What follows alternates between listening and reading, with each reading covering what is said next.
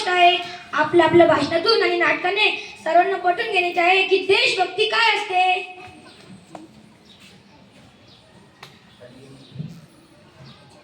अरे रुपेश दादा, देशभक्ती म्हणजे काय असते? उद्या शाळेत बिस्किट आधी चॉकलेट मिळणार आहे, ते खाण म्हणजे खरी देशभक्ती का? हो ना, आणि मुख्य म्हणजे उद्या गणिताचा तास होणार नाही माझ्यासाठी, तर ती सर्वात मोठी देशभक्ती आहे. अरे हे काय, अगं आदिवा आणि तंजीला जरा तरी सिरियस हो. देशभक्ती म्हणजे फक्त बिस्किट खाणे किंवा सुट्टी साजरी करणं नाही. बरोबर, देशप्रेम हे फक्त सीमेवर जाऊन लढणाऱ्या सैनिकांपुरतं मर्यादित नसतं. आपण देशात राहून ते दाखवू शकतो. अच्छा, मग आम्ही सीमेवर जाऊन शत्रूवर बिस्किट चॉकलेट मारायचे का? अरे नाही तंजीला, तुला शत्रूवर बिस्किट किंवा चॉकलेट फेकून मारायची काही गरज नाही. समजा तू रस्त्यावर चालताना कचरा कुंडीत टाकल्यास ही सुद्धा एक प्रकारची देशभक्ती आहे. कचरा टाकणे म्हणजे देशभक्ती कसे काय?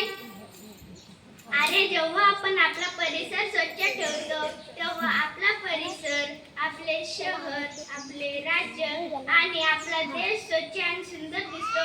म्हणून तर म्हणतात ना, माझा कचरा माझी जबाबदारी. स्वच्छ भारत बनवण्यात मदत करणे ही देश सेवा आहे ना.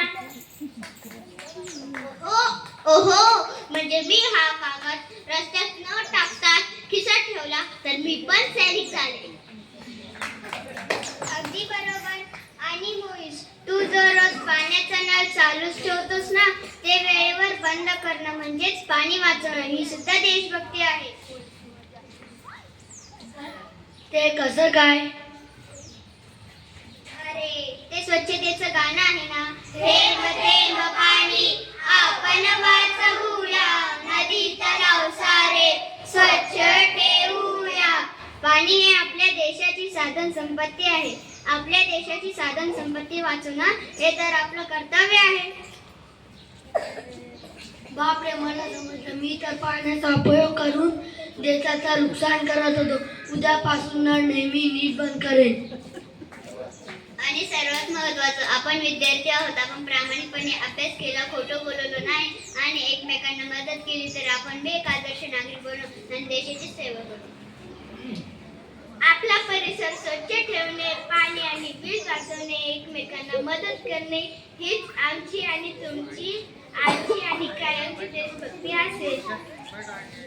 आणि उद्या मिळणारे बिस्किट आणि चॉकलेटचा एकाही तुकडा खाली न सांडू देता आणि त्याचे प्लास्टिक इकडे तिकडे न टाकणे, तर हीच तर माझी वैयक्तिक देशभक्ती असेल.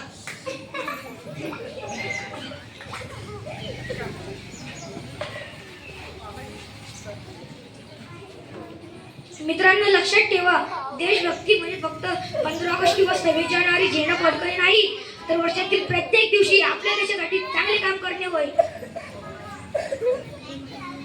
आपल्या तिरंग्याचा सन्मान, आपल्या संविधानाचा आदर आणि आपल्या कर्तव्याचे प्रामाणिक पालन हीच खरी देशभक्ती आहे.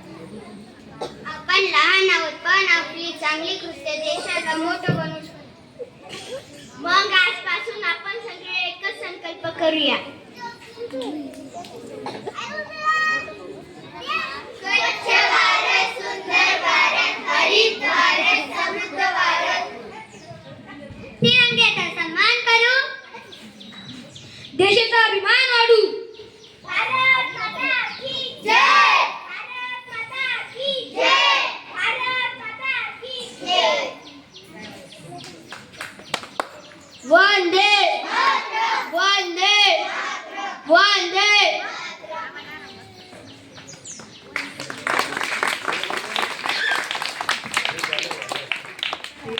नाटक इथं संपलेलं आहे. जोरदार टाळ्या.